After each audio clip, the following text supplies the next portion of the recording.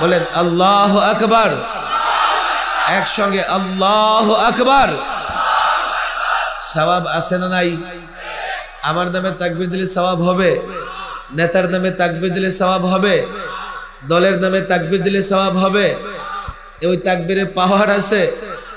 রাসূল সাল্লাল্লাহু আলাইহি ওয়াসাল্লাম যুদ্ধ থেকে ফেরার পথে গাছের নিচে আরাম করতেছে, তরবারি গাছের ঢালে ঝুলানো।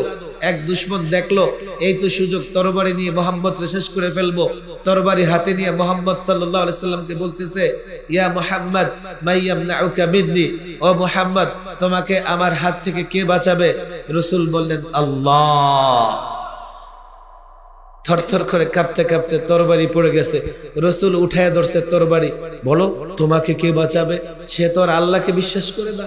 মুহাম্মদ তুমি ছাড়া উপায় নেই। পাওয়ার আছে না নাই? কত কথা। সময় আমার হাতে কম, আর সময় বেশি নষ্ট করলে আপনারা বলবেন দাওয়াত দিয়ে আপনি মঞ্চ দখল করে বসে আছেন।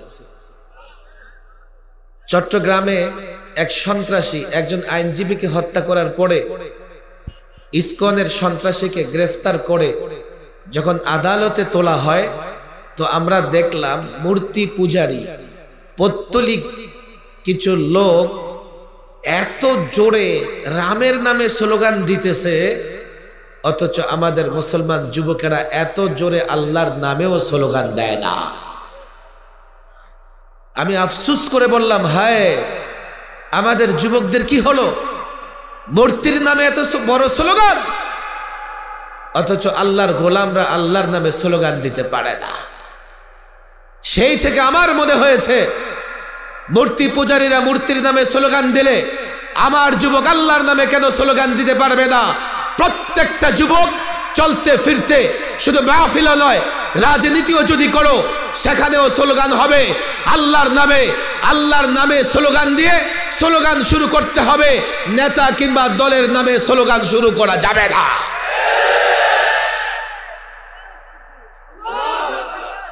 কি স্লোগান দেয় দেখছেন? স্লোগানই দিতে জানে না।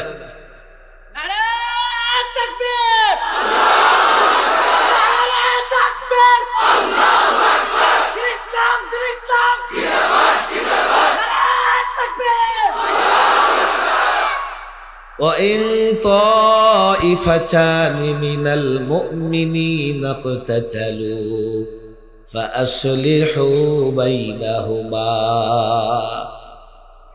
খেয়াল করেন কোরআন কারীমের এই আয়াতের অনুবাদ বা সামান্য ব্যাখ্যা মনে রাখবো তো ইনশাআল্লাহ।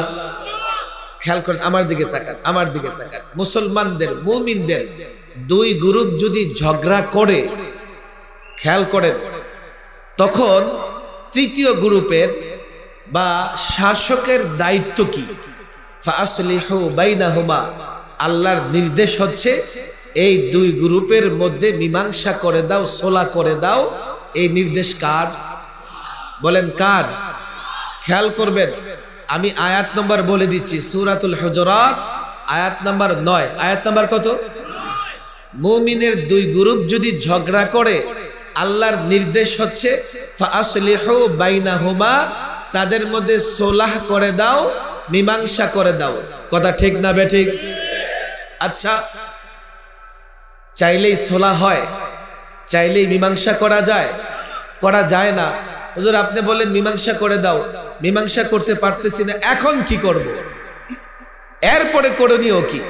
এরপরে করণীয় সেটাও আল্লাহ বলে দিয়েছেন।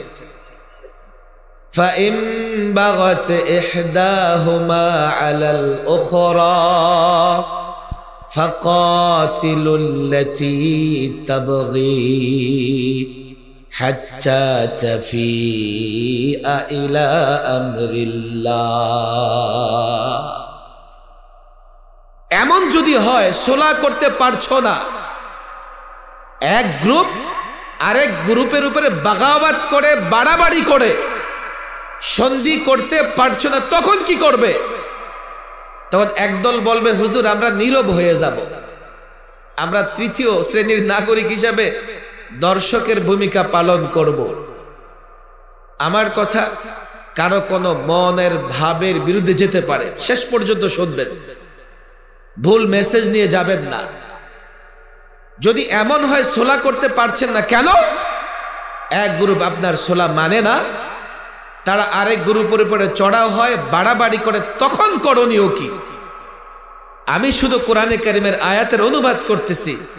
ফাকাতিলুল্লাতি তাবগি, যারা বাড়াবাড়ি করবে তোমরা ওদের বিরুদ্ধে অবস্থান না, ওদের বিরুদ্ধে লড়াই করো। কতক্ষণ? হাত্তা তাফিআ ইলা আমরিল্লাহ, যতক্ষণ পর্যন্ত আল্লাহর হুকুম কিংবা আল্লাহর নির্দেশের দিকে সে ফিরে না আসবে, ততক্ষণ পর্যন্ত তোমরা তার বিরোধিতা করবে, তার বিরুদ্ধে অবস্থান নেবে, তার বিরুদ্ধে লড়াই করবে। 3 নাম্বার নির্দেশ, যদি সে ফিরে আসে,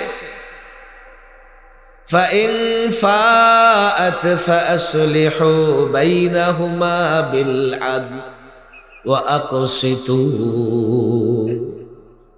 যদি ফিরে আসে আল্লাহর নির্দেশের দিকে, তখন আবার হিংসা পরায়ণ হয়ে, প্রতিশোধ পরায়ণ হয়ে তার বিরোধিতা করো না। সে যদি আল্লাহর নির্দেশের দিকে ফিরে আসে, ফাসলিহু বাইনাহুমা বিল আদল, আবার সোলা করে দাও ন্যায় সঙ্গত ভাবে।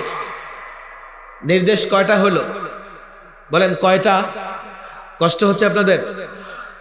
মুমিনদের 2 গ্রুপ ঝগড়া করলে প্রথম দায়িত্ব সোলা করে দেওয়া, কথা ঠিক না বেঠিক? 2 নাম্বার দায়িত্ব, কেউ যদি মীমাংসা না মানে তার বিরুদ্ধে লড়াই করা, কথা ঠিক না বেঠিক? মীমাংসা মানে নাই, আপনি তার বিরুদ্ধে অবস্থান নিয়েছেন, যদি ফিরে আসে তারে কি বলবেন? এই বেটা, আগে চাইছি, মীমাংসা মানুষ নাই, তোর ঘাড় ভাঙিয়ে দেব না। যখনই সে ফিরে আসবে সোলার দিকে, আল্লাহর নির্দেশের দিকে, তার সঙ্গেও আচরণ করতে হবে ন্যায় সঙ্গত ভাবে। এখন মুমিনদের ভেতরে ঝগড়া নানা কারণে হতে পারে। 1 নাম্বার, ঝগড়া হতে পারে স্বার্থ কেন্দ্র করে, জায়গা জমি, বাড়ি গাড়ি, টাকা পয়সা, পাওনা দাওনা নিয়ে হতে পারে, কি পারে না? 2 নাম্বার, ধর্মীয় কারণেও ঝগড়া হতে পারে, যেমন দাওয়াত ও তাবলীগের কাজে মুমিনদের 2 গ্রুপে ঝগড়া চলছে না চলে না? 3, ঝগড়া হতে পারে রাজনৈতিক কারণে, একদল মুমিন একটা দল করে, আর একদল আরেকটা দল করে, স্বার্থের কারণে ঝগড়া হোক, আর ধর্মের কারণে ঝগড়া হোক, আর রাজনৈতিক কারণে ঝগড়া হোক, নির্দেশ কিন্তু একটাই, এই 2 গ্রুপের মধ্যে সোলাহ করে দিতে হবে। আমি আপনাদের হাতে পায়ে দড়ি বলি, 2টা এক্সাম্পল আপনারা শোনেন। বাংলাদেশে 53 বছরের বাংলাদেশে রাজনীতিকে কেন্দ্র করে ঝগড়া হচ্ছে না হচ্ছে না? শুধু ঝগড়া হচ্ছে, রাজনৈতিক কারণে এই বাংলাদেশে এত রক্ত ঝরেছে, পৃথিবীর কোন রাষ্ট্রের যুদ্ধেও এত রক্ত ঝরে না। রাজনৈতিক কারণে সম্পদ নষ্ট হচ্ছে কি হচ্ছে না? শুধু কি নষ্ট হচ্ছে, এই বাংলাদেশের রাজনৈতিক কারণে এত গাড়ি ভাঙচুর হয়েছে, জাপানে বছরে এত গাড়ি প্রস্তুত করে না, তৈরি করে না।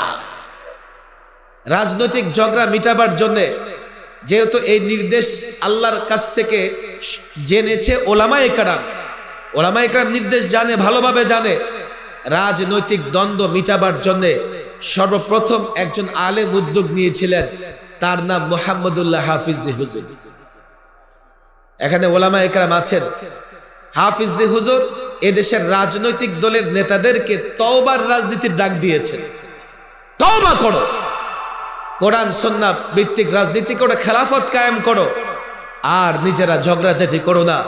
হযরত হাফিজ হুজুর রাহিমাহুল্লাহ শুধু বাংলাদেশে নয়, বাংলাদেশের গণ্ডি পেরিয়ে ইরাক ইরানের ভেতরেও যুদ্ধ শেষ করে মীমাংসা করা, সোলা করার চেষ্টা করেছিলেন। আমি জানি না আপনারা এটা জানেন কিনা। হযরত হাফিজ হুজুর রাজনৈতিক দ্বন্দ্ব নিরসন করবার জন্য সর্বপ্রথম একজন আলেম, যিনি বাংলাদেশে তাওবার রাজনীতির ডাক দিয়েছিলেন। যখন রাজনীতিবিদরা আসে নাই, উনি সবার বিরুদ্ধে অবস্থান নিয়ে সাধারণ জনগণকে ডাক দিয়েছেন, ওরা তো তওবা করবে না, ওরা তো আসবে না, তোমাদের বলি, খেলাফত প্রতিষ্ঠা করবার জন্য, কোরআন সুন্নাহ প্রতিষ্ঠা করবার জন্য ওলামাদের সঙ্গ দাও। হাফিজ হুজুর সেদিন বলেছিলেন, আমার সঙ্গে যদি কেউ না আসে, আমি একাই খেলাফত কোরআন সুন্নাহ প্রতিষ্ঠার জন্য কাজ করে যাব। মাঝে মধ্যে আমরাও এই কাজগুলো করবার চেষ্টা করি। আপনারা মনে করবেন না যে আমরা এমনিতেই রাজনীতির ময়দানে নেমে স্লোগান দেই। আমাদের প্রথম কাজ থাকে সমস্ত মুসলমান তন্ত্র মন্ত্র ইজম ছেড়ে কোরআন সুন্নাহ প্রতিষ্ঠার জন্য কাজ করবে, আর কোনো ঝগড়াঝাটি করবে না।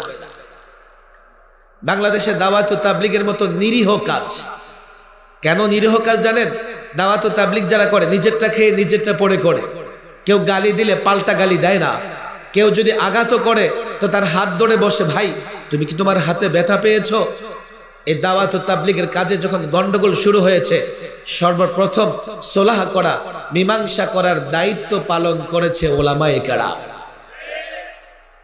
কিন্তু 18তে যখন প্রথমবার তুরাগ তীর রক্তাক্ত হয়েছে, আমরা বুঝে গিয়েছি এই দুই গ্রুপের মধ্যে হয়তোবা মীমাংসা করা যাবে না। কেন মীমাংসা করা যাবে না? একদল হচ্ছে দেশি ব্র্যান্ডের, দেশি ব্র্যান্ড বলতে বাংলাদেশের ওলামাদের পরামর্শ নেয়, আরেক দল দিল্লি ব্র্যান্ডের, ওরা দিল্লির পরামর্শ ছাড়া চলতে পারে না। হাতে দড়ি পায়ে দড়ি আমি দীর্ঘ সময় পর্যন্ত সোলা করার চেষ্টা করেছি, এবারও সন্ধি করবার চেষ্টা করেছি যাতে দাওয়াত ও তাবলীগের কাজ নষ্ট না হয়।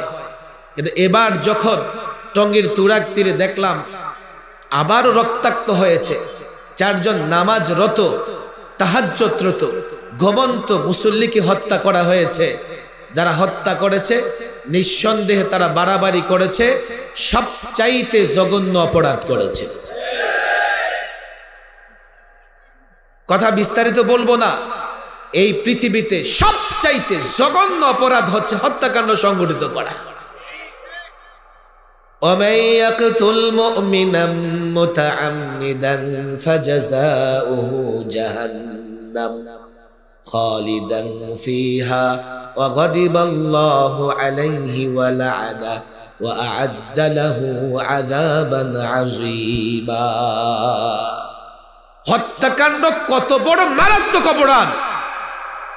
কোরআনে কারীমের এই আয়াতে 4টা শাস্তির কথা বলা হয়েছে। কেউ যদি কোন মুমিনকে ইচ্ছাকৃত হত্যা করে, তার 1 নাম্বার শাস্তি ফাজাযাউহু জাহান্নাম, তার ঠিকানা হবে জাহান্নাম। আপনি এর চাইতে কঠিন শাস্তি আর লাগবে? তারপরেও শেষ হয় মাত্র 1 নাম্বার। 2 নাম্বার কি জানেন? অগদিবাল্লাহু আলাইহি, আল্লাহ তার উপর অসন্তুষ্ট হবেন। কোন মুমিন চায় না আল্লাহ তার উপর অসন্তুষ্ট হোক, কিন্তু কোন মুমিনকে হত্যা করলে অসন্তুষ্ট হবেন কে? 3 ওয়ালাআনাহু, হত্যাকারীর উপরে আল্লাহ লাআনত করেন, আল্লাহ লাআনত করেন, আল্লাহ লাআনত করেন। 4 হত্যাকারীর জন্য আল্লাহ ভয়াবহ শাস্তি প্রস্তুত করে রেখেছেন। কোরআনুল কারীমে কাবিল এবং হাবিলের ঘটনা, নেক্কারজনক হত্যাকাণ্ডের ঘটনা। হযরত আদম আলাইহিস সালামের 2 সন্তান কাবিল হাবিলকে হত্যা করে ফেলেছে, ঘটনা জানি না আমরা? আল্লাহ তাবারক ওয়া তাআলা কোরআনে কারীমে হত্যাকাণ্ডের বর্ণনা দিয়ে আল্লাহ কি বলেছেন জানেন? কাতাবনা আলা বনি ইসরাঈল আন্নাহু মান কাতালা নাফসান বিগাইরি নাফস আও ফাসাদিন ফিল আরদ ফাকান্নামা কাতালান নাস জামিআ। কেউ যদি অন্যায় ছাড়া কোন ব্যক্তিকে হত্যা করে, ফাকান্নামা কাতালান নাস জামিআ, সে কেমন যেন সকল মানুষকে হত্যা করে ফেলল, সব মানুষকে হত্যা করে ফেলল। একজন মানুষকে হত্যা করার চারটিখানি কথা নয়। বলে হুজুর আমি তো হত্যা করি নাই, আমি শুধু মিছিলের পেছনে পিছনে গেছি, আমি স্লোগান দিছি হত্যা অমুকে করেছে।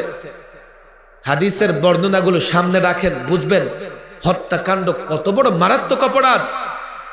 ওয়ালাউ আন্না আহলাস সামাওয়াতি ওয়া আহলাল আরদ ইশতারাকু ফি কতলি মুসলিমিন লা আকাব্বাহুমুল্লাহু ফিন নার। আসমানের অধিবাসী, জমিনের অধিবাসী সব মিলে যদি একজনকে হত্যা করে, তো সবগুলোরে ধরে আল্লাহ জাহান্নামে নিক্ষেপ করবে।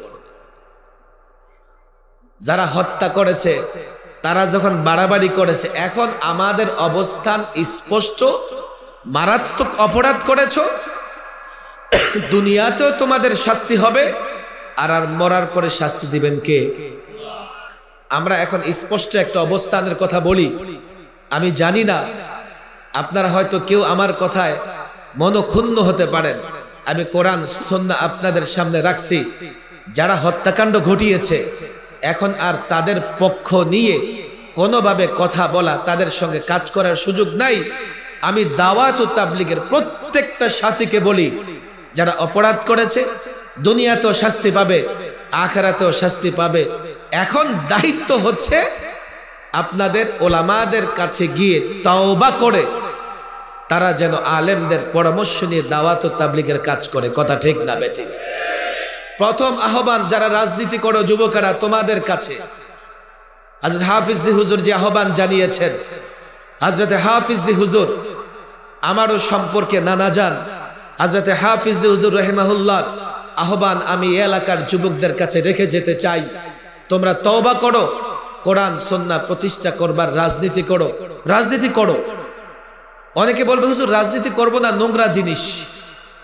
তুমি যদি রাজনীতি না করো, এই মাহফিলে আসা যুবক, হে মাহফিলে আসা মুসল্লিরা, তুমি যদি রাজনীতি করে না করো, এর মানে এই না যে রাজনীতি তোমাকে ছেড়ে দেবে।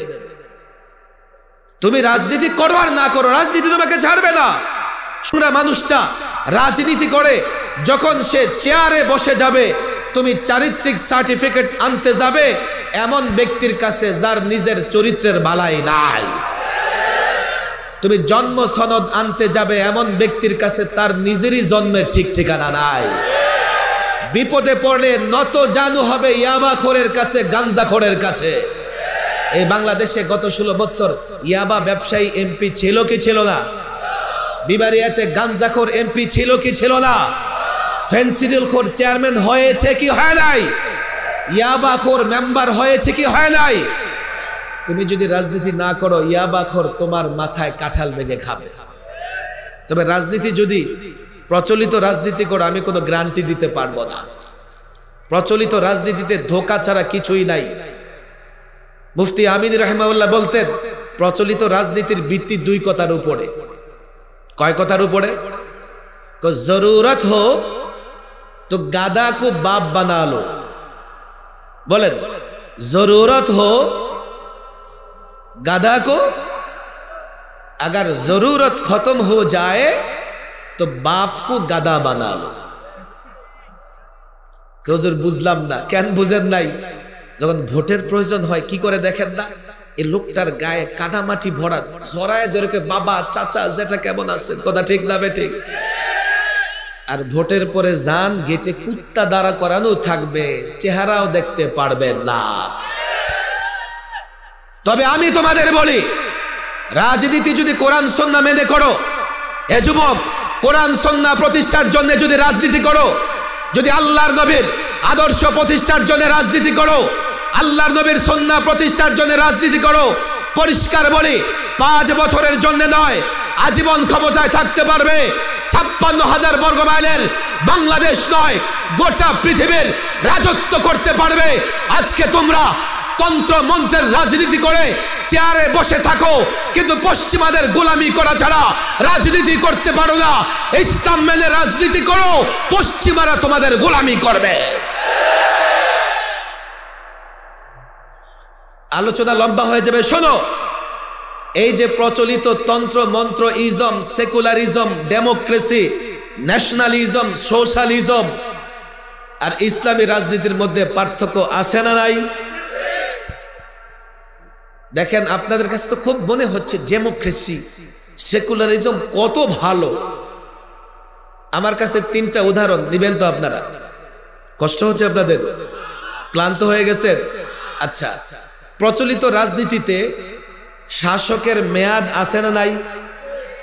5 বছর 4 বছর, এরপরে ক্ষমতা ছাড়তে হয়। ইসলামী রাজনীতিতে শাসকের কোনো মেয়াদ নাই। আমি 3টা এক্সাম্পল দেব, মনে রাখবেন। 1, প্রচলিত রাজনীতিতে যিনি নির্বাচিত হন 5 বছর 4 বছর ক্ষমতায় থাকবে। আর ইসলামী রাজনীতিতে যিনি সিলেক্টেড হন, রাজা নির্বাচিত হন, তার কোনো মেয়াদ নাই। এই দুইটার মধ্যে পার্থক্য আছে না নাই? কেমন পার্থক্য? সে যদি জনগণের কল্যাণের বাইরে কাজ করে তারপরও 5 বছর থাকবে। সে যদি খারাপ হয়ে যায় আপনার 5 বছর কিল খাইতে হবে। আরে কথা ঠিক না বেঠিক? ইসলামী রাষ্ট্র ব্যবস্থায় মেয়াদ নাই। জনগণের কল্যাণে কাজ করলে আজীবন থাকবা, আর জনগণের কল্যাণে যদি কাজ না করো একদিনও থাকতে পারবা না। পার্থক্য আছে না নাই? কয় নম্বর পার্থক্য? কয়টা বললাম? বলেন কয়টা বললাম? 1 2 আমার দিকে তাকান, এটা মুখস্থ করে যেতে হবে। 2 নম্বর পার্থক্য, প্রচলিত রাজনীতিতে প্রার্থী দাঁড়ায়া যায় যে আমারে ভোট দেন, আর প্রার্থী নিজে পয়সা দিয়ে কিছু লোকজন ঠিক করে রেখে অমুকের চরিত্র ফুলের মতো পবিত্র, দানবীর, এই সেই, এগুলা বলে কি বলে না? এবং প্রার্থী লক্ষ কোটি টাকা খরচ করে কি করে না? খেয়াল করে দেখেন, ইসলামী রাজনীতিতে প্রার্থী হওয়ার সুযোগ নাই, যদিও কোথাও কোথাও প্রার্থী হওয়ার সুযোগ আছে। আমাদের পীর সাহেব হুজুর আসছেন, আমরা বসবো, হুজুর মঞ্চে আসবেন, হুজুরকে রোমে নিয়ে হুজুর ফ্রেশ হতে দাও। আমরা এই যুবকদের বলবো এখানে সাউন্ড করব না, এখানে কোনো ভিড় করব না। এই যুবকেরা, এখানে হুজুরকে কষ্ট দিবা না, ভিড় করবা না। হুজুরের গাড়িটা সোজা অফিসের সামনে নিয়ে যাও। আর হুজুর যদি স্টেজে আসতে চায় তাতেও আসতে দাও, হুজুরের মর্জি মতো হুজুর এখানে আসবে। আলহামদুলিল্লাহ বলেন। মধুপুরের পীর সাহেব ওই ব্যক্তি যিনি সত্যিকার অর্থে খানকার পীর, ময়দানের বীর। জাতির প্রয়োজনে লাঠিও হাতে নেয়, আবার মুরিদানের তালিমের জন্য তসবিও হাতে নেয়। কথা ঠিক না বেঠে? হুজুর আমাদের মুরব্বী, হুজুর যেভাবে খুশি যদি মনে করেন যে সেখানে যাবেন, যেতে পারবেন, যদি মনে করেন মঞ্চে আসবেন, সেখানে দায়িত্বশীলরা আছে ইনশাল্লাহ। বন্ধুবর মাওলানা মামুনুল হক সাহেব, উনিও কাছাকাছি কোথাও আছে, ইনশাল্লাহ চলে আসবে। মাওলানা মামুনুল হক সাহেব আমার অত্যন্ত একজন ক্লোজ বন্ধু মানুষ। আমরা জেলখানায় পাশাপাশি রুমে অন্তত 1.5 বছর ছিলাম। এর আগে থেকে আমরা এক যুগ ধরে একসঙ্গে কাজ করতেছি। না হলে মাওলানা মামুনুল হক সাহেব এবার জেল থেকে বের হয়ে আসলে সব জায়গায় প্রোগ্রাম রাখেন না, জেলা পর্যায়ে কিছু রাজনৈতিক প্রোগ্রাম রাখেন। আমার সঙ্গে যেহেতু সম্পর্ক ভালো, আমি বললাম যে এখানে একটা মাদ্রাসা হয়েছে, আপনার যেতে হবে, চলে আসতেছেন, খুব দ্রুতই আসবেন। জেল জীবনে আমরা লম্বা সময় একসঙ্গে ছিলাম, জেলের বাইরেও একসঙ্গে কাজ করেছি, এবং জেল থেকে বের হয়েও আমরা একসঙ্গে কাজ করতেছি। ইনশাল্লাহ আসবেন। আমাদের যতটুকু যোগাযোগ আছে, মাওলানা রফিকুল ইসলাম মাদানী আসছে না? গতকাল রাতে তার 104 ডিগ্রি জ্বর ছিল। আমি তোর বললাম গতবার তোমারে বলছি আসো না, এবার না আসলে মানুষ বলবে যে ওই সাধারণ যাবনে।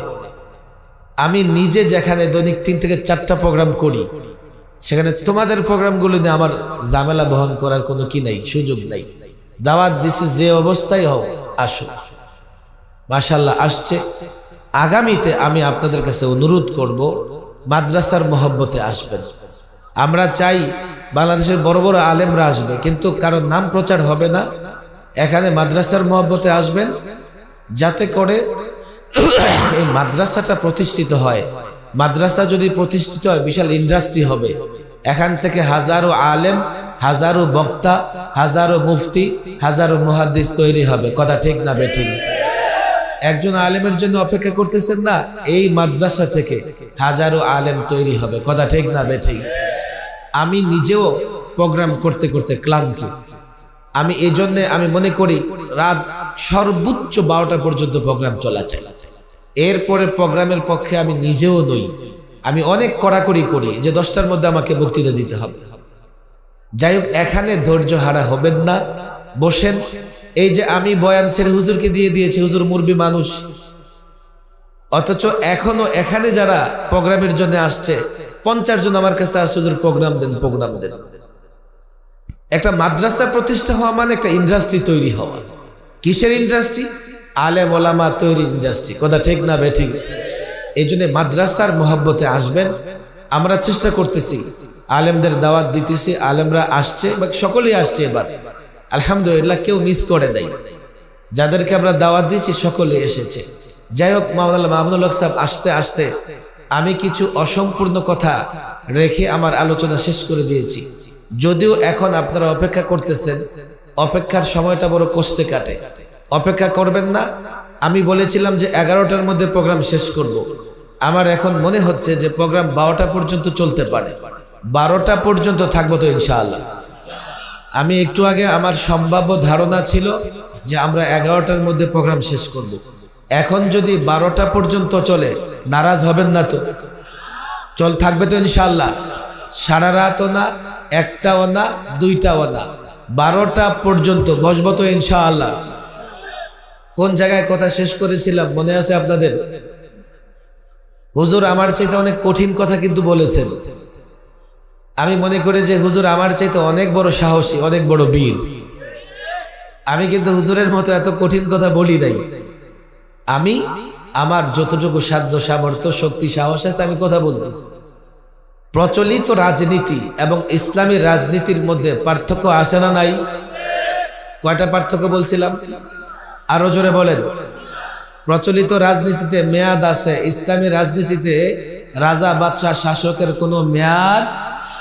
আমি ব্যাখ্যা করার পরে আপনারা নিঃসন্দেহে বুঝেছেন মেয়াদ থাকলে ভালো না না থাকলে ভালো। মনে হয় বুঝেন নাই। মেয়াদ থাকলে ভালো না না থাকলে ভালো। মেয়াদ যদি থাকে 5 বছরের, তো 5 বছর আপনার ধরে কি লাভে? আপনি তার ক্ষমতা থেকে নামাতে পারবেন না। আর মেয়াদ যদি না থাকে, বুঝবেন তাহলে কি হবে? জনগণের অকল্যাণ হলে তারা টেনে হেসড়ে নামানো যাবে। যতক্ষণ জাতির কল্যাণে শাসক কাজ করবে ক্ষমতায় থাকবে, জাতির কল্যাণে কাজ করবে না সে ক্ষমতায় থাকতে পারবে। 2 নম্বর, প্রচলিত রাজনীতিতে প্রার্থী হয়, বিনিয়োগ করে, আপনার পেছনে 500 টাকা বিনিয়োগ করে, আবার 5 বছরে আপনার পকেট থেকে বা আপনার রক্তে পানি করা টাকা অন্তত 25,000, 50,000, লাখ টাকা আপনার কাছ থেকে কেড়ে দেয়। 3 নম্বর, আমার দিকে খেয়াল করেন, প্রচলিত রাজনীতিতে সরকারি দল বিরোধী দল আছে না নাই? ইসলামী রাজনীতিতে সরকারি দল বিরোধী দল বলতে কিছুই নাই। কোনটা ভালো? সরকারি দল বিরোধী দল থাকা ভালো না না থাকা ভালো? খেয়াল করেন, যদি সরকারি দল থাকে তো সরকার যা করে সরকারি দলের লোকেরা অন্যায় করলেও সমর্থন করে। আবার বিরোধী দল এমন হয়, সরকার যা করে ভালো করলেও বিরোধিতা করে, মন্দ করলেও বিরোধিতা করে। আর ইসলামী রাষ্ট্রের রূপরেখা কি? সরকার যদি ভালো করে তো সবার জন্য উচিত সরকারকে সাপোর্ট করা, আর সরকার যদি মন্দ করে সবার জন্য উচিত এই সরকারের বিরোধিতা করা। তো সরকারি দল বিরোধী দল থাকলে ভালো না না থাকলে ভালো? এই তিনটা কারণ দর্শানোর পরে একথা স্পষ্ট হয়ে গেল, ইসলামী রাজনীতি বেস্ট, ইসলামী রাজনীতি ভালো। এর তুলনায় প্রচলিত রাজনীতি ধোঁকা ছাড়া আর কিছুই না। কথা ঠিক না বেঠিক? আমি একটা কথা এমনি বলে ফেলেছি, কথার কথা।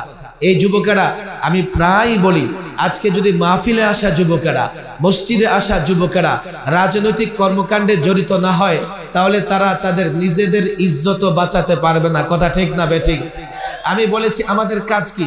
বাংলাদেশে যে কোনো সংঘাত হয়, স্বার্থের কারণে হয়, ধর্মের কারণে হয়, কিংবা রাজনৈতিক কারণে হয়, ওলামায়ে কেরামের প্রথম দায়িত্ব মীমাংসা করে দেওয়া, সোলাহ করে দেওয়া। হযরত হাফিজ হুজুর করেছিলেন, রাজনৈতিকভাবে রাজনৈতিক দলগুলোকে তওবার ডাক দিয়েছেন। এখনো মধুপুরী পীর সাহেব হুজুর উনি কিন্তু এই কথা বলে গেছেন, তওবা করো, আওয়ামী লীগ করো, বিএনপি করো, তওবা করে কোরআন সুন্নাহ প্রতিষ্ঠার রাজনীতি করো, করবো তো ইনশাআল্লাহ। দাওয়াত ও তাবলীগে ঝামেলা চলতেছে, হুজুর এই কথা বলেছেন, তোমরা সায়েদ সাহেবকে মানো, তোমরা এখন তোমাদের নেতারা খুনি হয়ে গেছে, দুনিয়াতেও বিচার হবে, আখিরাতেও বিচার হবে, তওবা করে আলেমদের সঙ্গে আসো। কথা ঠিক না বেঠিক? ব্যক্তিগত ঝামেলা হলেও এই এলাকায় ঝামেলা চলতেছে। আমি বলি, দেখেন, ঝামেলা ঝগড়াঝাটি করবেন না। যদি আপনি কাউকে দৌড়াইয়া কোথাও নিতে চান, তো আপনাকেও কিন্তু ততটুকু দৌড়াইতে হবে। ঝগড়াঝাটি করে জিতবেন আপনি? আসলে জিতবেন না। তাকে যতটা দৌড়াবেন আপনাকেও ততটা দৌড়াতে হবে। তাদেরকেও বলি, তওবা করে সব মুসলমান মিলেমিশে থাকার দরকার আছে না নাই? আপনারা এলাকার মানুষ, এই মাদ্রাসার স্বার্থে, দেখেন আমি আপনাদের হাতে পায়ে ধরে বলি, এই মাদ্রাসার স্বার্থে আমাদের মধ্যে কোনো বিরোধ থাকবে না। আমরা সবাই ঐক্যবদ্ধভাবে এই মাদ্রাসার জন্য কাজ করব তো ইনশাআল্লাহ। বলেন এই মাদ্রাসার জন্য কাজ করব তো ইনশাআল্লাহ। দেখেন এই মাদ্রাসাকে যদি আপনি পছন্দ না করেন, মাদ্রাসা প্রতিষ্ঠিত হলে আপনিও লাভবান হবেন। এই মাদ্রাসাকে যদি আপনার ভালো না লাগে, মাদ্রাসা প্রতিষ্ঠিত হলে দুনিয়া আখিরাতে লাভবান হবেন। এই মাদ্রাসাগুলো ভালো করে বুঝবেন, প্রকৃতপক্ষে দেশ এবং ইসলামের দুর্গ, ওরা দেশ এবং ইসলাম হেফাজতের জন্য কাজ করবে। কথা ঠিক না বেঠিক? একটা বিষয় তো আমাদের বুঝে আসে না, হুজুর বুঝলাম মাদ্রাসাগুলো আখিরাতে কাজে লাগবে, দুনিয়াতে কেমনে মাদ্রাসাগুলো কাজে লাগবে? দুনিয়াতে কি মাদ্রাসা কাজে লাগে? এই দুনিয়াতে মাদ্রাসাগুলো কাজে লাগবে না। আপনাদের অনেক কষ্ট হইতেছে। দুনিয়াতে মাদ্রাসা কাজে লাগবে কি লাগবে না? এই দুনিয়ার মানুষকে আপনি দুই ভাগে ভাগ করতে পারেন, কিছু হচ্ছে বস্তুবাদী, কিছু হচ্ছে ঈমানবাদী। বস্তুবাদী কারা? যারা মনে করে বস্তুতে সব হয়, আসবাবে সব হয়। ভালো করে বুঝবেন, বস্তু নাই কিছুই নাই, টাকা নাই কিছুই নাই, পয়সা নাই, দল নাই, অস্ত্র নাই, কিছু নাই। যারা শুধুমাত্র বস্তুর উপরে ভরসা করে, আল্লাহর উপরে যাদের ভরসা থাকে না, ওরা বস্তুবাদী। আর যারা মনে করে বস্তু থাকলেই কিছু হবে না, যতক্ষণ না কে না চায়। বলেন যতক্ষণ না কে না চায়। আমি আপনাদের হাতে পায়ে ধরে বলি, যারা বস্তুবাদী তারা না দেশ হেফাজত করতে পারবে, তারা না ইসলাম হেফাজত করতে পারবে। একটা এক্সাম্পল আমি এমন দেই, বাংলাদেশ এখন একটা আগ্রাসনের মুখে। দিল্লি বাংলাদেশে আগ্রাসন চালাবার জন্যে নানা রকমের ষড়যন্ত্র করতেছে। একটা বড় ষড়যন্ত্রের অংশ হিসেবে ইসকনের মতো জঙ্গি গোষ্ঠী মাঠে নামিয়ে দিয়েছে। দিল্লি বাংলাদেশে আগ্রাসন চালাবার জন্য একটা স্লোগান দিতেছে। কি স্লোগান জানেন? বাংলাদেশে নাকি সংখ্যালঘু নির্যাতিত হয়, অথচ এই বাংলাদেশে সংখ্যালঘুরা জামাই আদরে বসবাস করতেছে। তারা কেন এই অভিযোগ আনে? দুটা কারণ হতে পারে। এক, চোর যখন ধরা পড়ার ভয় পায় তো নিজেই চোর চোর বলে চিল্লায়। ওই হিন্দুস্তানের ওই কসাই মুদির দলের লোকেরা, পত্তলিকরা, মূর্তি পূজারীরা, তাদের দেশে আসলে সংখ্যালঘু নির্যাতিত হয়। তারা যখন বিশ্বের কাছে ধরা পড়ার ভয় পায় তো বাংলাদেশের দিকে আঙ্গুল তুলে বলতে থাকে বাংলাদেশে সংখ্যালঘু নির্যাতিত হচ্ছে। 53 বছরের বাংলাদেশে আমি যুবকদের বলি, মুসলমানদের বলি, এদেশে কোথাও ধর্মের কারণে সংখ্যালঘু নির্যাতিত হয় না।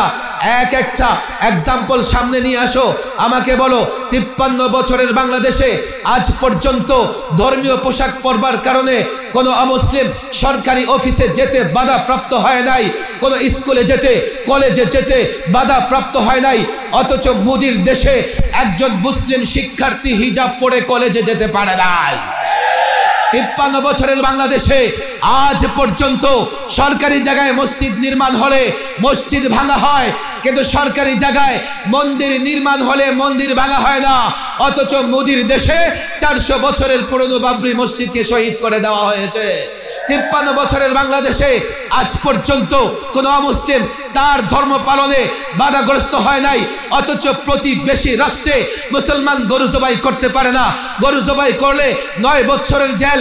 2 জন মুসলিম নারী ফ্রিজে গরুর গোশত রাখবার কারণে ধর্ষণের শিকার হয়েছে। মাইকে আজান দেওয়া যায় না, খোলা জায়গায় নামাজ পড়া যায় না। মসজিদের মিনারায় উগ্র হিন্দুত্ববাদীরা গেরুয়া পতাকা টানিয়ে মসজিদের অবমাননা করেছে। তাদের দেশে সংখ্যালঘু নির্যাতিত হয়, অথচ তারা বাংলাদেশের বিরুদ্ধে অপবাদ চালিয়ে যাচ্ছে। তাদের চূড়ান্ত টার্গেট হচ্ছে এই বাংলাদেশে আগ্রাসন চালানো, বাংলাদেশকে হায়দ্রাবাদ বানানো, বাংলাদেশকে কাশ্মীর বানানো, এই বাংলাদেশের মা বোনদের উপরে টর্চার করা। আমি বলি, এ মুসলিম যুবক, তুমি ইতিহাস জানো না? পত্তলিক, কাফের, বেঈমান পৃথিবীতে যত দেশে আক্রমণ চালিয়েছে সবার আগে নির্যাতন করেছে মা বোনদের উপরে। ইরাকে লক্ষ লক্ষ মা বোনের ইজ্জত সম্ভব নষ্ট করেছে, কাশ্মীরে করেছে, উইগরে করেছে, সিরিয়ায় করেছে, পারেনি শুধুমাত্র আফগানিস্তানে। কেন পারেনি জানেন? আফগানিস্তানি যুবকদের আত্মমর্যাদা আছে। 20 বছর আমেরিকা বোমা ফেলেছে আফগানিস্তানে, পুরো আফগান তামাতামা করেছে। এমন কোন বোমা, এমন কোন মিসাইল নাই আমেরিকা নেটো আফগানে নিক্ষেপ করে নাই। এক এক বোমা পাহাড়ে ফেলেছে, এই বোমা পাহাড় ভেদ করে নিচে গিয়ে পাথরের পাহাড়টার আকাশের দিকে তুলে ফেলেছে। তালেবান 20 বছর লড়াই করেও হার মানে নাই। আল্লাহ তাদের সহযোগিতা করেছেন। 20 বছর পরে তারা যখন প্রতিরোধ যুদ্ধ নতুন করে শুরু করেছেন, আমেরিকার নেটো বাহিনী লুঙ্গি গামছা নিয়ে পালাবার পথ খুঁজে পায় না। বাংলাদেশে তো আগ্রাসন চালাতে চায়। এই বাংলাদেশকে আমার হেফাজত করতে হবে, এই ভূখণ্ডকে আমাকে হেফাজত করতে হবে। কেন করতে হবে? আমি এই ভূখণ্ড পেয়েছি ইসলামের জন্য। অনেক কথা আপনাদের ধৈর্য হবে না। আমরা বাংলাদেশ পেয়েছি ইসলামের কারণে, এই দেশটা মুসলমানের। বলবেন তাহলে হুজুর হিন্দু বৌদ্ধ খ্রিস্টান দেশ থেকে চলে যাবে? না, কাউকে দেশ থেকে যেতে হবে না। আমরা সহনশীল, আমরা সহনশীল, সকলের সঙ্গে মিলে মিশে আমরা এই দেশে বসবাস করতে চাই। তবে মনে রাখবেন, দেশটা পেয়েছি ইসলামের জন্য। 47-এ ভালো করে বুঝবেন, আমরা যদি ইসলাম প্রতিষ্ঠা করতে না চাইতাম, আমরা যদি সংখ্যাগরিষ্ঠ মুসলিম না হতাম, 47-এ আমরা এই ভূখণ্ড পেতাম না। আমরা হয়তোবা থাকতাম দিল্লির সঙ্গে। কেমনে? ক্যালকাটা হয়ে, আসাম হয়ে আমরা দিল্লির অধীনস্থ থাকলে 47-এ এই ভূখণ্ড না পেলে 71-এ আমরা এই ভূখণ্ড স্বাধীন করতে পারতাম না। 47-এ আমরা ভূখণ্ড কেন পেয়েছি? বাসার জন্য। কেন? এই যে 2 মেরুতে 2টা রাষ্ট্র, মাঝখানে 2000 কিলোমিটার, এই 2 মেরুতে 2টা অংশ একটা রাষ্ট্র কেমনে হইল? আমাদের ভাষা এক।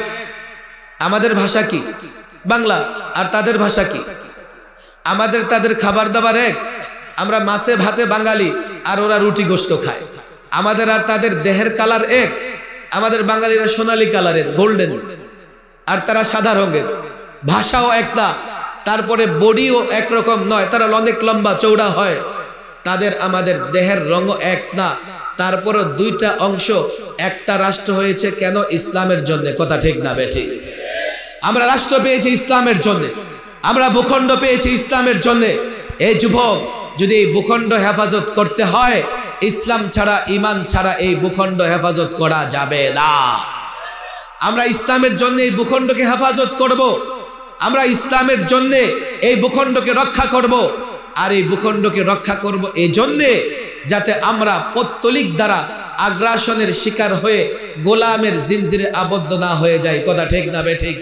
অনেক কথা আমি এই বিষয়গুলো শুধু আপনাদের সামনে বলি এমন না, টেলিভিশন টক শোতে একাডেমির আমি চ্যালেঞ্জ করেছি। আমি বলেছি, এই রাষ্ট্র পেয়েছি ইসলামের জন্য। পৃথিবীর কোনো শিক্ষিত মানুষ থাকলে, কোনো পণ্ডিত থাকলে, অ্যাডভোকেট, বিচারপতি থাকলে আমার চ্যালেঞ্জ গ্রহণ করো। তারা সেই চ্যালেঞ্জ গ্রহণ করতে পারবে না। কেননা তারা আমার ইতিহাসকে মিথ্যা প্রমাণ করতে পারবে না। 47-এ এই ভূখণ্ড পেয়েছি। এই পূর্ব পাকিস্তানের ভূখণ্ডে স্বাধীনতার পতাকা উত্তোলন করেছিলেন একজন আলেম, মাওলানা জফর আহমদ ওসমানী। পশ্চিম পাকিস্তানে স্বাধীনতার পতাকা উত্তোলন করেছিলেন আরো একজন আলেম, মাওলানা শাব্বির আহমদ ওসমানী। 47-এ ভূখণ্ড পেয়েছি বলে 71-এ পাকিস্তানের জালেম শাসকদের বিরুদ্ধে লড়াই করে এই ভূখণ্ডকে আমরা স্বাধীন করেছি। কেউ বলে না শুধু 71 বলেন, 47 বলার দরকার নাই। আমি বলি, তাহলে বাবার পরিচয় দিলা, দাদার পরিচয় দিলা না, অথচ দাদা না হলে তোমার বাবা হতো না। কেউ যদি শুধু বাবার পরিচয় দিতে পারে, সে নিজে জারজ সন্তান হবে না, কিন্তু দাদার পরিচয় দিতে না পারলে বাবাকে জারজ হওয়া থেকে বাঁচাতে পারবে না। আমি প্রজন্মের যুবকদের বলি, যারা ইসলাম ঈমান মানে তারা ঈমানবাদী। কথা ঠিক না বেঠিক? আর ঈমান ইসলাম ছাড়া এই ভূখণ্ডকে হেফাজত করা যাবে কেন? দেখেন, বস্তুবাদী চিন্তা করবে কি জানেন? হায় হায়, ভারত আমার দেশে আগ্রাসন চালাবে, আমি নতজানু হয়ে যাব, গোলাম হয়ে যাব। কেন? ভারতের বস্তু আসবাব বেশি, তাদের অস্ত্র সংখ্যা বেশি, তাদের দেশ কত বড় দেশ, তাদের সেনাবাহিনী বড়। সে ভারতের বিরুদ্ধে লড়াই করে বাংলাদেশকে হেফাজত করতে পারবে না, সে গোলামীর জীবন যাপন বাছাই করে দেবে। আর যারা ঈমানবাদী, আমি তো পরিষ্কার বলি, সে ভারত হোক আর ইসরায়েল হোক, যারা ঈমানবাদী, আল্লাহর উপর ভরসা করে এই ভূখণ্ডকে হেফাজত করবে, তারা হেফাজত করতে পারবে। আপনি বলবেন চাপা মারতেছেন, আপনারা রাষ্ট্রকে হেফাজত করতে পারবেন না। আরে আমি বলি না, নরেন্দ্র মোদীকে জিজ্ঞেস করো বাংলাদেশের বিরুদ্ধে এজন্যই ষড়যন্ত্র করে। নরেন্দ্র মোদী জানে এদেশের ইমানদাররা চাইলে এই ভূখণ্ড হেফাজত করতে পারবে। এজন্যই তো 16 বছর পত্তলিক মূর্তি পূজারী শাসক আমাদের উপর চাপিয়ে দিয়ে আমাদের ইমান ধ্বংস করবার ষড়যন্ত্র করেছে। নরেন্দ্র মোদী, কসাই মোদী জানে একজন মোহাম্মদ বিন কাসেম যদি আরব থেকে দিল্লি পর্যন্ত যুদ্ধ করে লড়াই করে দিল্লিতে ইসলামের পতাকা উড্ডীন করতে পারে, এই বাংলাদেশে 17 বছরের হাজারো মোহাম্মদ বিন কাসিম আছে। এই বাংলাদেশে হাজারো যুবক আছে যারা বীর, যারা সৈনিক, যারা সাহসী আলেমরা যদি তাদেরকে ঈমানি বলে বলিয়ান বানাতে পারে, তাদের জাগ্রত করতে পারে, শুধু ঢাকায় নয় দিল্লিতে ইসলামের পতাকা উড়বে।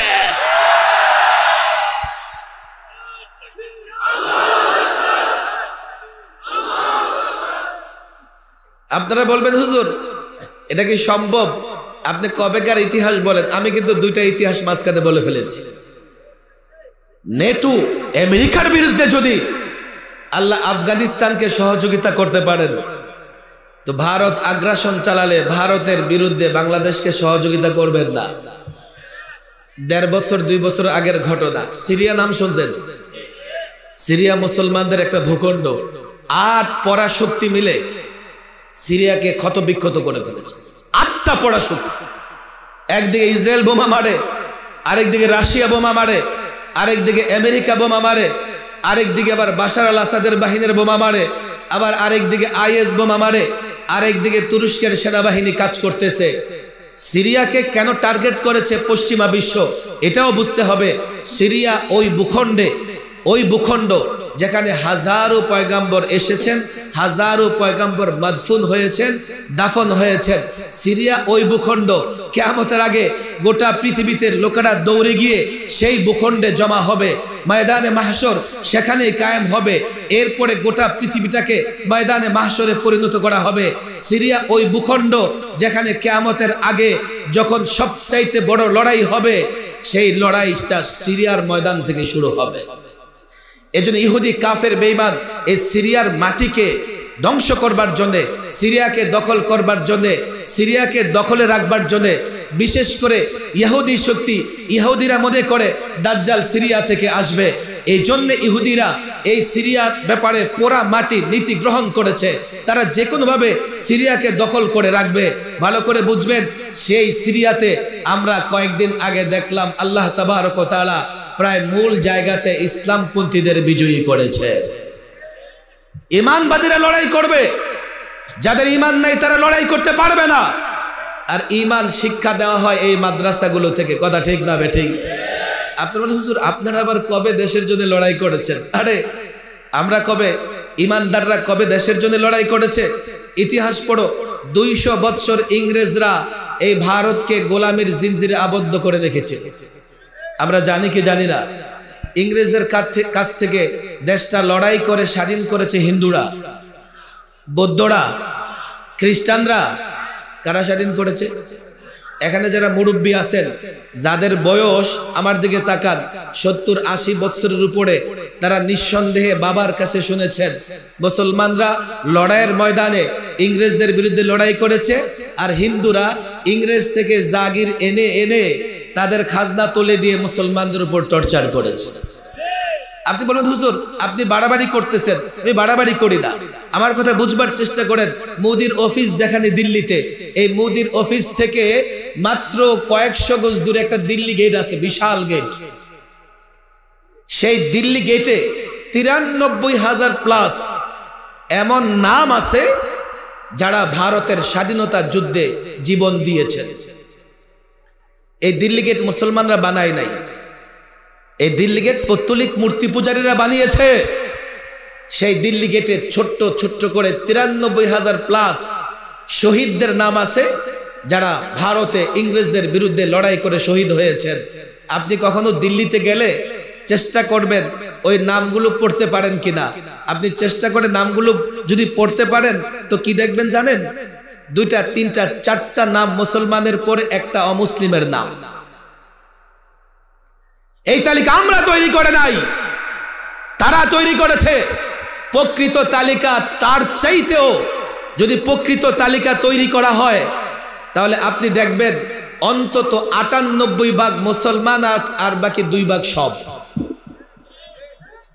শাহ আব্দুল আজিজ রহমাহুল্লাহ ইংরেজদের বিরুদ্ধে ফতোয়া দিয়েছেন। ইংরেজরা অন্তত 20,000 আলেমকে শহীদ করেছে। কেমনে শহীদ করেছে জানেন?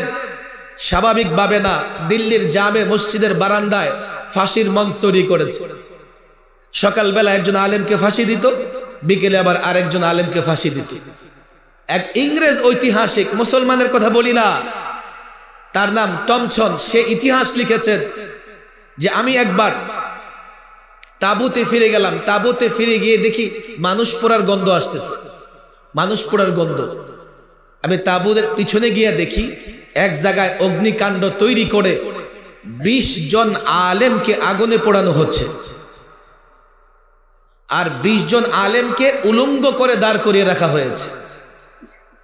ইংরেজ ঐতিহাসিক বলেন, সে বলে আমার ঘটের শপথ, এই 20 জন আলেমকে বলা হচ্ছে দেখো তোমরা ইংরেজদের পক্ষে কথা বলো, তাহলে তোমাদের ছেড়ে দেওয়া হবে, আর না হয় এই যে 20 জনকে আগুনে পোড়ানো হচ্ছে তোমাদেরকে এইভাবে আগুনে পোড়ানো হবে। ইংরেজ ঐতিহাসিক বলেন চোখের সামনে 20 জন আলেমকে আগুনে পুড়তে দেখেও বাকি 20 জন আলেম রাজি হয় নাই, তারা ইংরেজদের পক্ষে কথা বলবে। ভারত স্বাধীন করেছে মুসলমানেরা, আলেমদের নেতৃত্বে করেছে। কে বলেছে এই মাদ্রাসাগুলো এমন এক দুর্গ, শুধুমাত্র এই মাদ্রাসাগুলো যদি পরকালে কাজে লাগতো কাফের বেঈমানরা এই মাদ্রাসাগুলোর বিরোধিতা করতো না। তারা জানে, আমি তো পরিষ্কার বলি, নরেন্দ্র মোদী, কসাই মোদী, ইহুদি, ইসরায়েলিরা যদি বাংলাদেশে আগ্রাসন চালায়, আমি পরিষ্কার বলি, হে যুবক, তুমি তোমার নেতার কথা হয়তো বা শুনবে, তুমি তোমার দলের আনুগত্য করবে, দেশের পক্ষে লড়াই করবে না।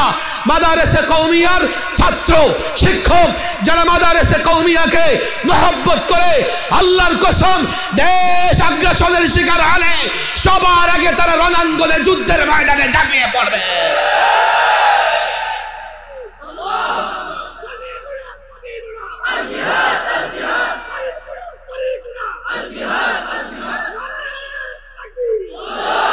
ইতিহাস দেখো, ভূখণ্ডকে হেফাজত করতে হয়। আল্লাহর পয়গম্বর মদিনা মুনাওয়ারাতে ইসলামী রাষ্ট্র প্রতিষ্ঠা করার পরে আজকে যেমন নেটো কাফের শক্তিদের একটা জোট, আল্লাহর নবী মদিনা মুনাওয়ারায় ইসলামী রাষ্ট্র প্রতিষ্ঠা করার পরে আরবের সমস্ত কাফের, বেঈমান, ইহুদি, মুনাফিক, পত্তলিক একজোট হয়ে মদিনা আক্রমণ করবে। আল্লাহর নবী সাহাবাদের নিয়ে পরামর্শে বসলেন। পরামর্শক্রমে হযরত সালমান ফারসি রাদিয়াল্লাহু তাআলা আনহুর পরামর্শ অনুযায়ী মদিনাকে হেফাজত করবার জন্য আল্লাহর পয়গম্বর মদিনার চতুর্দিকে খন্দক খনন করলেন, গর্ত খনন করলেন। ওদিক দিয়ে কাফেরদের যৌথ বাহিনী, কাফেরদের জোট বাহিনী মদিনা আক্রমণ করতে আসতেছে। আল্লাহর পয়গম্বর রাত দিন মেহনত করে নামাজ পর্যন্ত কাজা হয়ে গেছে। এক সাহাবী আল্লাহর নবীকে বললেন, ইয়া রাসূলুল্লাহ, পেটে খাবার নেই, পাথর বাঁধা। রাসূল কাপড় তুলে দেখালেন, দেখো আমার পেটেও পাথর বাঁধা, মদিনাকে হেফাজত করতে হবে, কাফের বেঈমানকে মদিনা আক্রমণ করতে দেওয়া যাবে না। কেন? মদিনা আক্রান্ত হলে পয়গম্বর আক্রান্ত হবে, মদিনা আক্রান্ত হলে পয়গম্বরের স্ত্রীগণ, পয়গম্বরের কন্যাগণ আক্রান্ত হবে, সাহাবার আক্রান্ত হবে, সাহাবাদের স্ত্রী, কন্যা, মেয়ের আক্রান্ত হবে। 27 দিন কাফের বেঈমান মুশরিকরা মদিনা ঘেরাও করে রেখেছেন, কিন্তু মদিনা দখল করতে পারেন নাই। সর্বশেষ আল্লাহ সাহায্য করেছেন, কাফের পরাজিত হয়েছে। 1500 বছর পরে এ যুবক, আমিও বলি, কাল বাংলাদেশ আক্রান্ত হলে আমি কোনো কিছু জানতে চাই না, দলীয় পরিচয় জানতে চাই না, বংশ পরিচয় জানতে চাই না। আল্লাহর পয়গম্বরের আদর্শ, সাহাবাদের চেতনা ধারণ করে ওলামাদের নেতৃত্বে ঐক্যবদ্ধ হবে। কেন? কেন বাংলাদেশ আক্রান্ত হলে তোমার মা আক্রান্ত হবে, বাংলাদেশ আক্রান্ত হলে তোমার বোন আক্রান্ত হবে, বাংলাদেশ আক্রান্ত হলে তোমার মেয়ে আক্রান্ত হবে, বাংলাদেশ আক্রান্ত হলে মসজিদ আক্রান্ত হবে, মাদ্রাসা আক্রান্ত হবে। আল্লাহর কসম, আফগানিদের মতো, তালেবানদের মতো বাংলাদেশ যদি আক্রান্ত হয়, শেষ রক্ত বিন্দু দিয়ে বাংলাদেশ হেফাজত করবার জন্য যে কোনো তাগুতি শক্তির মোকাবেলা করতেই হবে।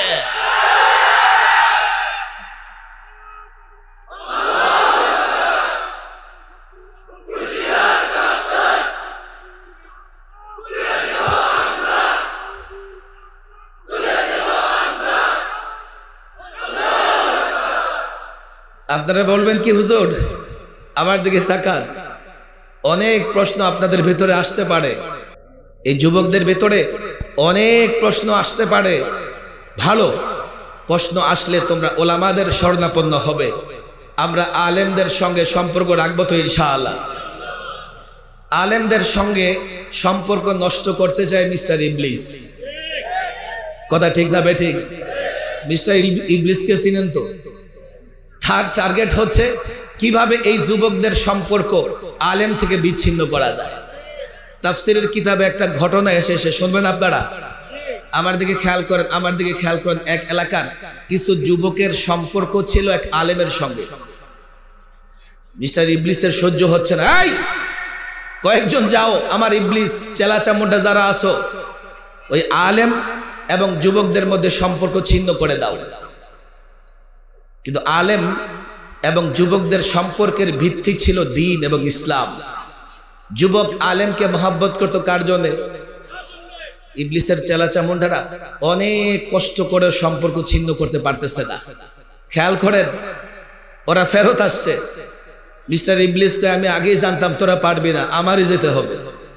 এবার মিস্টার ইবলিস গেছে, গিয়া যুবকরা একটা প্রশ্ন করতেছে। কি প্রশ্ন জানেন? এই যুবক, এই মৌলবী তোমাদের মাথা নষ্ট করতেছে। আমরা মৌলবীরা বলে যুবকদের মাথা নষ্ট করি। কেমনে মাথা নষ্ট করে? এই মৌলবী বলে সব নাকি আল্লাহ করে। আল্লাহ যদি সব করে, তো তুমি যদি ব্যবসা না করো, আল্লাহ তোমার ঘরে খাবার দিয়ে যাবে। তুমি যদি ব্যবসা না করো, চাকরি না করো, আল্লাহ তোমার ঘরে খাবার দিয়ে যাবে। তুমি যদি জমি চাষ না করো, আল্লাহ তোমার ঘরে ফসল দিয়ে যাবে। এই মৌলবীরা তোমাদের মাথা নষ্ট করতেছে, মৌলবীর কথা শুনো না। যুবক কয় না, শুনো। কয় তাহলে তুমি আমার একটা প্রশ্নের উত্তর দাও। কয় কি প্রশ্ন? কয় তোমার আল্লাহ, প্রশ্নটা ভালো করে শুনে, একটা ডিমের ভেতরে গোটা পৃথিবী ঢুকাই দিতে পারবে কি? যুবকের কাছে মাথা গরম হয়ে, হায় রে, একটা ডিমের ভেতরে এই প্যান্ডেলটা ঢুকবে? আপনাদের এই কি রামকৃষ্ণ ঠিকই ঢুকবে, আর একটা মুষ্টি ঢুকবে না। যুবক কয় হায় হায় হায়, ডিমের ভেতরে আবার কি করে গোটা পৃথিবী ঢুকবে? যুবকের কাছে মাথা নষ্ট হইয়া আল্লাহর কুদরতের দিকে তার নজর না গিয়ে তার নজর গেছে ডিমের দিকে। এখন শয়তান কয় কাজ হয়ে গেছে, যাও। আল্লাহর কুদরত নিয়ে যদি কারো ভেতরে সন্দেহ তৈরি হয়, তার ঈমান থাকে না। কথা ঠিক না বেঠিক? বাস, যুবকের কাজ শেষ। এবার গেছে মৌলবী সাহেবের কাছে। এই মৌলবী, এই যে যুবকদের মাথা নষ্ট করতেছো, একটা প্রশ্নের উত্তর দাও। মানুষের স্রোত দৌড়ে, তাফসীরের কিতাবে ঘটনায় আসছে। কয় কি প্রশ্ন? কয় প্রশ্ন হচ্ছে, তোমার আল্লাহ একটা ডিমের ভেতরে গোটা পৃথিবী ঢুকাই দিতে পারবে কি? মৌলবী সাহেব যখনই দেখছে যে যুবক কি প্রশ্ন করতেছে, তোমার আল্লাহ, মৌলবী বুঝে গেছে এটা মিস্টার ইবলিস। আল্লাহ আমার তোমার হয়নি, আল্লাহ তো সবার। অনেক যুবক আসে না আমাদের কাছে গিয়ে কি বলে দেন, মৌলবী সাহেব আপনার ইসলামে কি এটা আছে? ইসলাম মৌলবীর বাপের। ইসলাম যতটা মৌলবীর ততটা তোমার। কথা ঠিক না ঠিক? মৌলবী ইসলামের ঠিকাদারি দিছে, তোমারও ইসলাম, মৌলবীরও ইসলাম। সে যখন বলছে এ কথা যে তোমার আল্লাহ এটা পারবে কিনা, আলেম বুঝে গেছে এটা মিস্টার ইবলিস। আলেম কি বলে? হ্যাঁ পারবে। ইবলিস দেখেন অভিনয় শুরু করছে, হায় হায় হায়, এই মৌলবী দেখি ব্যাকডেটেড, মৌলবী বলে ডেট ফেল করে ফেলেছে, আছে না নাই? মৌলবী দেখলে কয় ওরা প্রগতিশীল না, এরপরে কি বলে ওরা ধর্মান্ধ, ওদের এক্সপায়ার ডেট শেষ হয়ে গেছে, ওরা সাম্প্রদায়িক, ওরা জঙ্গি, ওরা উগ্র, এই ধরনের গালি গালাজ করে কি করে না? মুসলমান দেখলে পশ্চিমারা করে, আর বাংলাদেশের কিছু বুদ্ধিজীবী নামের পরজীবী আছে, ওদের মৌলবী দেখলে ভাল লাগে না। আরে আছে না নাই? আল্লামা মুফতি আমিন রহিমাহুল্লাহ, দেখেন আমি ব্যক্তিগতভাবে ওয়াজ শুরু করেছি পরে, আমি একটা সময় টেলিভিশনে অনেক ইসলামিক টকশো করতাম। এক টকশোতে আমি একদিকে আর 8 নাস্তিক একদিকে, 8 জন একদিকে, ওরা 8 জন প্রশ্ন করে, আমি একা উত্তর দেই। আলেম ওলামাদের দোয়া এমন হইছে যে 8 জন প্রশ্ন করে ক্লান্ত হইছে, আমি উত্তর দিয়ে ক্লান্ত হইনি। এখনো সার্চ করলে পাবেন, এটা হয়তো কোনো টেলিভিশনের ইয়াতে আসে। আল্লামা মুফতি আমিন রহিমাহুল্লাহ একটা ঘটনা বলতেন যে এক মাদ্রাসার ছাত্র ওই হাউজে বসে উজু করতেছে, তো কিছু মানুষ আছে মৌলবী দেখতে পারে না, এই মৌলবী কি করো? তো মৌলবী কয় কি করবো, আর উজু করতেছি। উজু করে কেন, আর কোনো কাজ নাই? চিন্তা করে না, উজু করি, একটু পরে নামাজের সময় হবে। কয় শুধু তো খাওয়ার ঘুমাও আর কাপড়ের দাম বাড়াও। মৌলবী সাহেবরা বলে কাপড়ের দাম বাড়ায়, ওই যে বড় বড় জুব্বা পড়ে আর ওরা শর্টকাট পড়ে, মৌলবীরা বলে কাপড়ের দাম বাড়ায়। এই মৌলবী বলো হাউজে কয় বালতি পানি আছে? আচ্ছা বলেন দেখি, জিন্দিগিতে কেউ তার বাড়ির হাউজের পানি মাইপা দেখছে? দেখেন আপনাদের বাড়িতে যে হাউজ আছে, কয় বালতি পানি বলতে পারবেন? এমন প্রশ্ন কেন করছে? সে মৌলবীর ঠেকাইতে চায়। মৌলবীটাও ছিল এমন, আচ্ছা কয় বালতি পানি আছে? আপনি আগে বলেন আপনার বালতি কত বড়? এ বালতি ছোট বড় আছে না নাই? একেবারে 2 লিটার থেকে 100 লিটারের বালতি আছে না নাই? আপনি আগে বলেন বালতি কত বড়। বালতি যত বড় ওই হিসাবে হাউজের পানি কি করা হবে? যদি আপনার বালতি এই হাউজের মতো বড় হয় তো কয় বালতি আছে? হিসাবটা হয় নাই।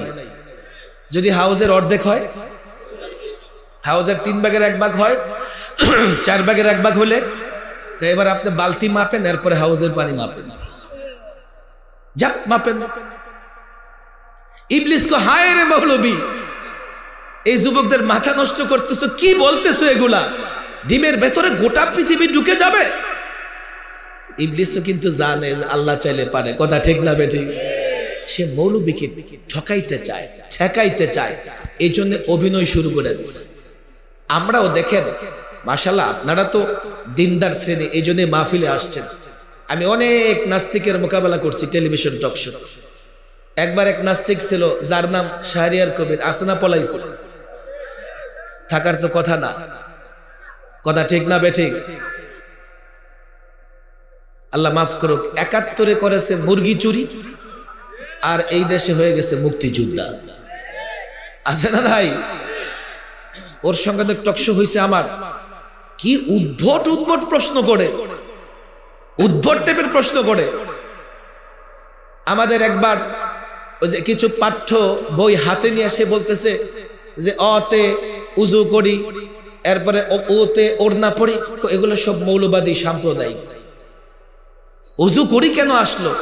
অতে অজগর আসবে, অতে অজগর আসলে তার সমস্যা নাই, অতে উজু করি আসলে সমস্যা। তার ভেতরে ইসলাম আছে না নাস্তিকতায় ভরা? অনেক নাস্তিক বাংলাদেশেও আছে যারা আমাদের শিক্ষিত সমাজকে অনেক প্রশ্ন করে তাদেরকে ঈমান হারা করবার ষড়যন্ত্র করতেছে, আছে না নাই? এমন অনেক, একটা বড় প্রশ্ন, আমি তো প্রায়, আপনাদের কষ্ট হচ্ছে না তো, আমি সরকারি মেহমান থাকাকালীন 2.5 মাস রিমান্ডে ছিলাম। রিমান্ড ঢাকার থানাগুলো ঘুরে ঘুরে, এই রিমান্ডে আমাদের এদেশের পুলিশ অফিসাররা এতটা অদ্ভুত টাইপের প্রশ্ন করেছে, আমি মনে করি গ্রামের যে সপ্তাহে একবার নামাজ পড়ে সেও এমন প্রশ্ন করবে না। অদ্ভুত টাইপের প্রশ্ন, মনে হয় যে তার বাপ দাদা 14 গোষ্ঠী ইসলাম বুঝে না। বড় একটা প্রশ্ন ছিল, আপনারা এদেশে কিভাবে খেলাফত কায়েম করবেন? আমি বলছি যে আল্লাহ চাইলে করবো ইনশাআল্লাহ। তার এটা বুঝে আসে না, কইছে আল্লাহ চাইলে আবার কেমনে করবেন? আরে দেখো না আল্লাহ চাইলে কেমনে পালায়। আল্লাহ না চাইলে তাদের পালাইতে হইতো? 16 বছরে কম আন্দোলন করছেন আপনারা। যখন আল্লাহ চেয়েছে, আল্লাহর গজব যখন এসেছে, দুপুরের খাবার নাকি রেডি, খেয়ে যেতে পারে নাই। আমরা কারো বিরুদ্ধে প্রতিশোধ নিতে চাই না। আমরা আলেম ওলামা যখন নামাজে দাঁড়াই তখন কি বলি? কি বলি? আনা ইমামুল লিমান হাদারা ওয়া মান ইয়াহদুরুন। আমি ইমাম, যে উপস্থিত এবং যে একটু পরে কি হবে? উপস্থিত হবে। আমরা কি এখানে বলি যে আনা ইমামুল লিমান বিএনপি, আওয়ামী লীগ? নামাজ শেষে যখন দোয়া করি রব্বানা আতিনা ফিদ দুনিয়া, এটা বলে কি বলি? ইল্লা বিএনপি, ইল্লা আওয়ামী লীগ বলি। তাহলে এই দেশের মৌলবীরা সবচাইতে বেশি সহনশীল। আলেম ওলামারা কখনো উগ্র না। এই জন্য নামাজের ইমামতিতে যত দলের মুসল্লি আসুক সবার ইমামতি করায় কি করায় না? এরপরে যখন নামাজ শেষ করে তো সবার কল্যাণের জন্য দোয়া করে কি করে না? তাহলে এদেশের মৌলবীরা সবচাইতে ভদ্র, সভ্য এবং সবার হিতাকাঙ্ক্ষী। তারা কোনো দলান্দ না। কথা ঠিক না বেঠিক? আপনাদের কষ্ট হইতেছে মনে হয়। আলেম ওলামারা কারো পক্ষে, আমরা কোনো প্রতিশোধ নিতে চাই না, আমরা কোনো হিংসা পরায়ণ না। কিন্তু ভাই, তুমি কাজ যেমন করেছো ফলাফল তেমন পাবা। জুলুম করেছো, এখন দুনিয়া আখেরাতে তোমার শাস্তি ভোগ করতে হবে। যতই চট করে আসার চেষ্টা করো, অপরাধ যেহেতু করেছো চট করে আসতে পারবা না। অপরাধ করেছো, শাস্তি তোমাকে ভোগ করতেই হবে। আমি চাইলেও ভোগ করতে হবে, আমি না চাইলেও ভোগ করতে হবে। আমরা আলেমরা আগেই বলছি, না প্রতিশোধ নিতে চাই, না আমরা প্রতিহিংসা পরায়ণ, কিন্তু যেমন কর্ম তেমন ফল। কথা ঠিক না বেঠিক? আমার একজনে বলে হুজুর এটা হইতেছে না। আমি কি কোনটা হবে বলো? যেমন কুকুর তেমন মগু, যেমন কর্ম তেমন ফল না। তোমরা যা করেছো তাই পাবা। আমরা প্রতিহিংসায় বিশ্বাসী না, কিন্তু আলেমদের যে কষ্ট দিয়েছো তোমরা। এই যে আমার মধুপুরী পীর সাহেব হুজুর বক্তৃতা করে গেলেন, 4-4টা ছেলে জেলে ছিল। আপনার একটা ছেলে জেলে থাকলে আপনি পাগল হয়ে যাবেন, অথচ একজন আলেমের 4-4টা ছেলেকে লম্বা মেয়াদে জেলে রেখেছে। আমাদের সঙ্গে জেলে যে আচরণ করা হয়েছে রাতভর বর্ণনা করলেও শেষ হবে না। আমি ছিলাম 1 নম্বর রুমে, 2 নম্বর রুমে মাওলানা আমির হামজা, 3 নম্বর রুমে মাওলানা মনির কাসেমি, 4 নম্বর রুমে ছিল মাওলানা মামুনুল হক। আমরা একাকি একটা রুমে দিনের পর দিন, রাতের পর রাত 24 ঘন্টা বন্দী ছিলাম। এমন কোনো দুর্ব্যবহার নাই যা আলেমদের সঙ্গে করা হয় নাই। রিমান্ডে থাকাকালীন আমি প্রায় বলি, এই 1.5-2 মাস রিমান্ডে বালিশ নিয়ে যাওয়া যায় না। যা কাপড় চোপড় পরনে আছে এর চাইতে বেশি নেওয়া যায় না। তো আপনি দিনের বেলায় ঘুরলেন গাললেন, বসে থাকলেন, ঘুমাবেন কেমনে? মাথার নিচে কিছু একটা দেওয়া লাগবে, তো বালিশ তো নাই। তো আমরা ওই যে পানি ভরা বোতল, এটা মাথার নিচে দিয়ে ঘুমাইতাম 1-2 ঘন্টা। 1-2 ঘন্টা ঘুম থেকে উঠে দেখতাম এই যে পানির বোতলে যে র্যাকগুলো আছে না, এগুলো মাথায় ঢুকে যাইত। এক আলেমকে এতটা কষ্ট দেওয়া হয়েছে, অথচ আমাদের বিরুদ্ধে এমন কোনো অভিযোগ নাই যে আমাদেরকে একদিন বন্দি করে রাখতে পারে। মাছি মেরেছি, অভিযোগ নাই। মশা মেরেছি, অভিযোগ নাই। কারো মাথা ফাটিয়েছি, অভিযোগ নাই। গাড়ি ভাঙচুর করেছি, অভিযোগ নাই। শুধুমাত্র দিল্লিকে খুশি করবার জন্য আলেমদের উপর টর্চার করেছে। আর বলেছে দিল্লির সঙ্গে নাকি স্বামী স্ত্রীর সম্পর্ক। তো লোকেরা বলে সম্পর্কে যেহেতু স্বামী স্ত্রীর, চলে গেছে স্বামীর বাড়ি, থাকো অনেকদিন ধরে, যাও নাই, বাকি জিন্দিগি সেখানেই থাকে। শুধু ভারতকে খুশি করবার জন্য, অন্য কিছু না। আলেমদের উপর টর্চার করেছে। আলেমরা কি বলেছে? আমরা বলেছি বাংলাদেশ মুসলমানদের দেশ, এই দেশকে মূর্তির দেশ বানানো যাবে না। তুমি যেই দল করো, মুসলমান হলে মূর্তি পূজা করতে পারো না। আমরা বলেছি এই বাংলাদেশের কোনো মুসলমান এটা বিশ্বাস করে না, সে বানরের সন্তান। বিশ্বাস করে নাকি? তাহলে পাঠ্যপুস্তকের ডারউইনিজম, আমরা বানর থেকে সৃষ্টি, এই কথা কেন আসবে?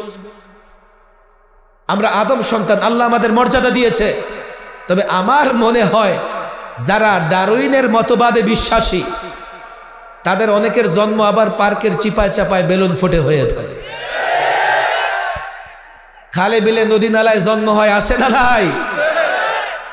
ওদের জন্মের পেছনে বানরের অবদান আছে কিনা তাদের খোঁজ খবর নেওয়া উচিত। তোমরা খোঁজ খবর দিয়ে দেখো তোমাদের জন্মের পেছনে বানরের অবদান আছে কিনা। আমরা মুসলমান আদম সন্তান, আমরা বানরের সন্তান হতে পারি? আমরা এটার বিরোধিতা করে কি অন্যায় করেছি? মুসলমানদের ইমানের হেফাজত করতে গিয়ে কি আমরা অন্যায় করেছি? আরেকটা অন্যায় আমরা ঠিকই করছি। আপনার বলবেন হুজুর অন্যায় করছেন, কেমন অন্যায় জানেন? আমরা চেয়েছি যাতে প্রত্যেকটা মুসলমানের বাচ্চা অন্তত কোরআনটা শিখতে পারে। এটা কি অন্যায়? আমাকে বলে কি, এই আপনি স্কুলের সিলেবাস নিয়ে কেন কথা বলেন? কেন কথা বলবো না? কয় আপনার মাদ্রাসার সিলেবাস নিয়ে তো আমরা কথা বলি না। যুক্তি দেখেন, কে আপনাদের অধিকার দিয়েছে যে স্কুলের সিলেবাস নিয়ে কথা বলবেন? আমি বললাম যে জনগণ অধিকার দিছে। এখন প্রশ্ন করে কি, কোন নির্বাচনে আপনাদের অধিকার দিছে? আপনারা তো ভোট 2-4-500 পান না। আমি বললাম নির্বাচন ইলেকশনে নয়, জনগণ সিলেকশনে আমাদের অধিকার দিয়েছে। বলেন কেমনে? নির্বাচন তখন হয় যখন একাধিক প্রার্থী থাকে। যদি প্রার্থী একজন থাকে নির্বাচন হয়। আপনারা দেখেন নাই কলা গাছও পাশ হয়ে গেছে নির্বাচন ছাড়া? আরে কথা ঠিক না বে ঠিক? বললাম যে আমাদের নির্বাচন এই জন্যই লাগে নাই, আমরা সিলেকশনে জনগণ দায়িত্ব দিয়েছে যে আপনারা আমাদের কি করেন, এই শিক্ষা ব্যবস্থাকে হেফাজত করেন। হুজুর আমরা তো দায়িত্ব দেই নাই, তাহলে বোঝা গেল সবাই দায়িত্ব দেয় নাই। আমি বললাম সবাই দায়িত্ব দিছে। তো প্রশ্ন করে যে হুজুর সবাই দায়িত্ব কেমনে দিল? কেমনে দিছে বলেন? আমি বললাম সবাই দায়িত্ব কেমনে দিছে জানেন? প্রত্যেকটা দল নির্বাচনের আগে এই কথা ঘোষণা দেয়। কোন কথা? কোন কথা ঘোষণা দেয়? আমার দল ক্ষমতায় গেলে কোরআন সুন্নাহর সঙ্গে সাংঘর্ষিক কোনো কিছু করা হবে না। প্রত্যেকটা দল এই ঘোষণা দেয় কি দেয় না? বলেন দেয় কি দেয় না? আচ্ছা আমার দিকে তাকান। এখন কোন দল যদি এই ঘোষণা দেয় যে আমার দল ক্ষমতায় গেলে কোরআন সুন্নাহর সঙ্গে সাংঘর্ষিক কোনো কিছু করবে না, এখন কোরআন সুন্নাহর সঙ্গে সাংঘর্ষিক কোনো কিছু করলো কি করলো না, এটা দেখার দায়িত্ব কার? ডাক্তারের? আপনাদের সন্দেহ হইতেছে? কোরআন সুন্নাহর সঙ্গে সাংঘর্ষিক কোনো কাজ করলো কি করলো না, এটা দেখার দায়িত্ব কার? আরে বলেন কার? তাহলে প্রত্যেকটা পার্টি এই ঘোষণা দিয়ে এই দায়িত্ব কাকে দিল? বলেন কাকে দিল? আমি রিমান্ডেও বলেছি, দেখো প্রত্যেকটা মুসলমান চায় তার সন্তান কোরআন শিখবে, হাদিস শিখবে, তার সন্তান মুসলমান থাকবে। আমি যখন কোরআনী শিক্ষার কথা বলি, আমি প্রত্যেকটা মুসলমানের পক্ষে কথা বলি।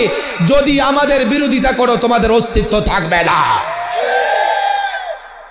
পরিষ্কার আমি বলেছি, এগুলো আমাদের অপরাধ ছিল। অন্য কোন